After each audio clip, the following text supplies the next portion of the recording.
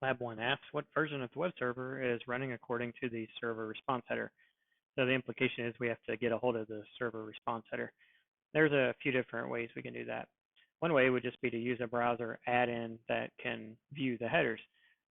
One of those would be the live HTTP headers, or it was renamed HTTP header live after the change in Firefox to Quantum. So if we have this installed, then we can have it open with record data checked, and then just go ahead and browse to the site.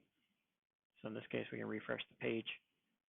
You'll see the response headers, and the server header says Apache version 2.4.46. Another option would be to use a command line tool like curl or netcat.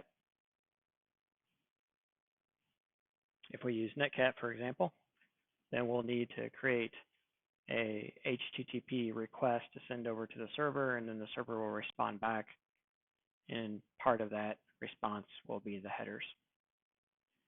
As an example, we can create an HTTP request by sending a request out to a file, and we'll be able to use the file. So we'll use echo. -n means don't add a new line at the end. In other words, don't add the enter key at the end. And E lets us use the extended character set. We'll see why that's important here shortly. So if we were to do a GET request, we would do GET and then just get the root of the server. And the version is HTTP 1.1. Now this is where the extended character set comes in. We don't need just an enter key, which in Linux would be the new line. We need a carriage return line feed. So carriage return is /r and line feed is /n. HTTP is based on its parent protocol, Telnet. Telnet was the one who originally brought in the carriage return line feed. Then we need the host header on the next line, and we are going to Mutillidae.local in this particular example. We know this because that's the domain name in the way Mutillidae is installed on this machine. And we need two carriage return line feeds because in HTTP, the header of the document and the body of the document are separated by two carriage return line feeds. In this case, we're not actually going to have the body of a document. We're only doing a GET request, so we'll just stop here. And we can save that into a temporary file. Now, if we print out the contents of that document, we'll see that it's just a very small HTTP request, and we can send that request over with netcat.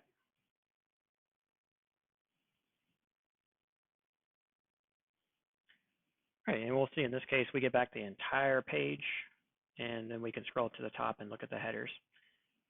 And you have to scroll way up because there's a lot of content in the body of the request. That's all the content on the entire page. And this does get a little bit annoying. But you can still see the server banner here with the same value we already saw using the browser. Now, to keep from getting back all that content that we don't really need, one of the things we can do is modify this request just a little bit. So normally browsers do a GET request or a post, and then GET will get the contents of the resource or the web page in this case.